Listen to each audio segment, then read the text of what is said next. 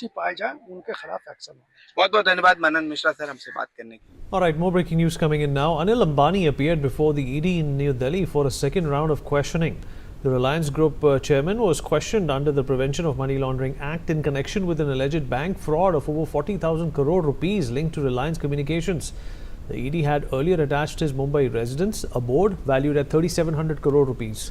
A special investigation team was also formed on Supreme Court's directions to probe alleged loan fraud and cases linked to the ADAG group. So far, 3 money laundering cases have been filed against the group. Javed Hussain, my colleague, is joining us on the broadcast to give us more details about this. Javed, Anil Ambani के लिए मुसीबतें और बढ़ती जा रही हैं। जी बिल्कुल भी नहीं। देखिए, सीबीआई ने रिलायंस कम्युनिकेशन मामले में अनिल अंबानी के दफ्तर और उनके रेजिडेंस की सर्च ऑपरेशन की कार्रवाई की थी। और शुरुआत में जो है केंद्रीय जो सीबीआई रिलायंस कम्युनिकेशन से जुड़े जो अनिल अंबानी के ऑफिस, घर और उनसे जुड़े तमाम कुछ और लोगों को जो इसमें एक और दूसरा जो मामला सामने है, जो बैंक ऑफ बड़ौदा से जिस तरीके से हुई धोखाधड़ी हुई, उस मामले को भी आगे बढ़ाते समूरे मामले की जांच की जा रही है।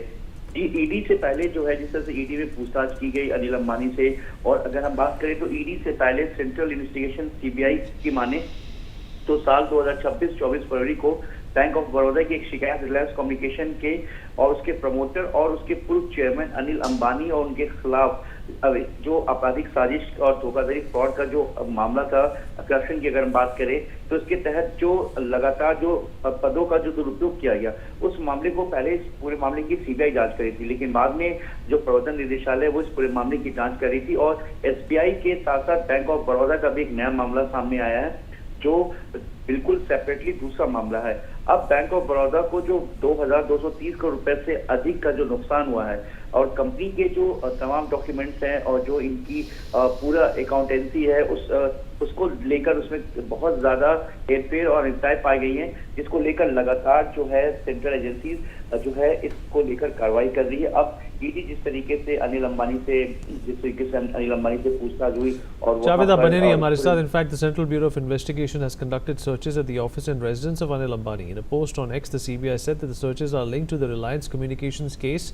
And according to the agency, the action is part of its ongoing investigation into alleged irregularities connected to the company.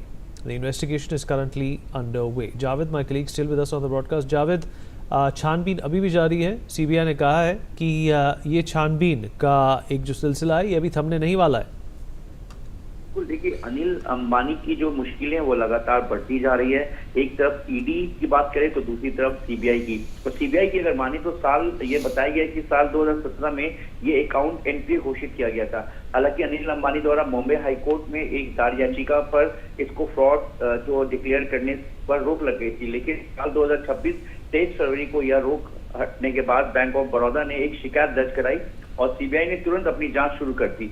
एक तरफ प्रवर्तन निदेशालय की इस पूरे मामले की जांच करी थी, जिस तरीके से प्रिवेंशन मनी लॉन्ड्रिंग एक्ट और जिस तरीके से शेल कंपनी को एक तरह से फायदा देने की। चलिए जावेद, इस जानकारी के लिए आपका शुक्रिया।